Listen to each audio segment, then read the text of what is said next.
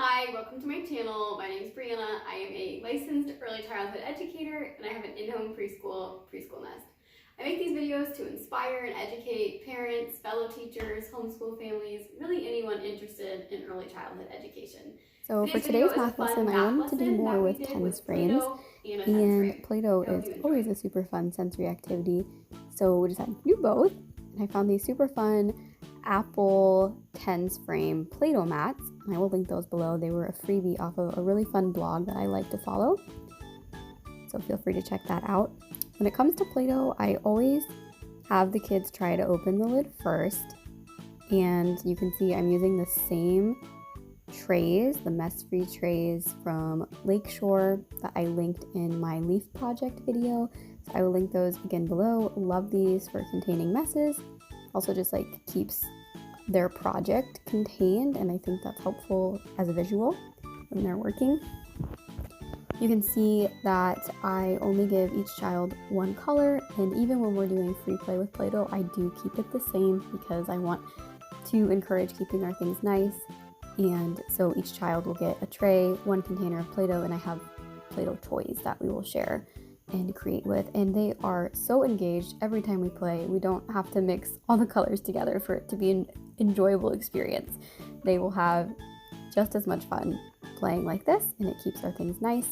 So going back to opening the lid, I always have them try to open the lid. Sometimes it's tricky, they need a little bit of a jump start.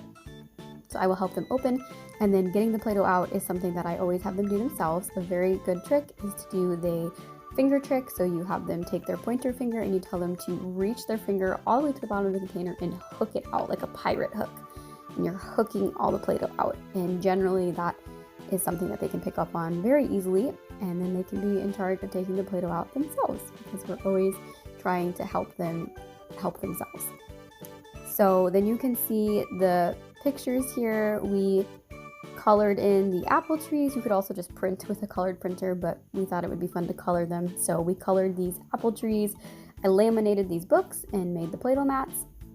If you are looking for a laminator, I found a super cheap one off Amazon that has been working amazing, and I use it all the time. So I will also link that below.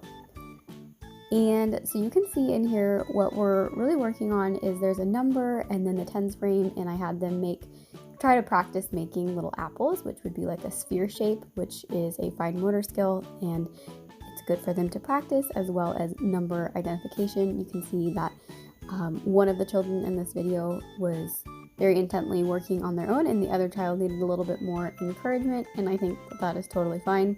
They're different ages at different stages, and I think that it's great to engage in the activity at different levels.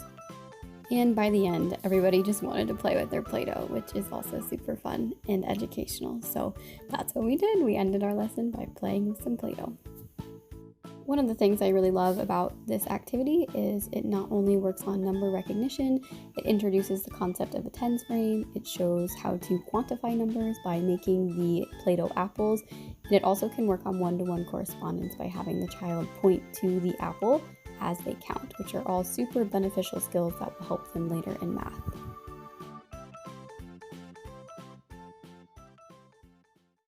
Thanks so much for watching our math lesson today. Comment below with some of your favorite math activities that involve Play-Doh. I'd love to hear them. And like and subscribe for future videos.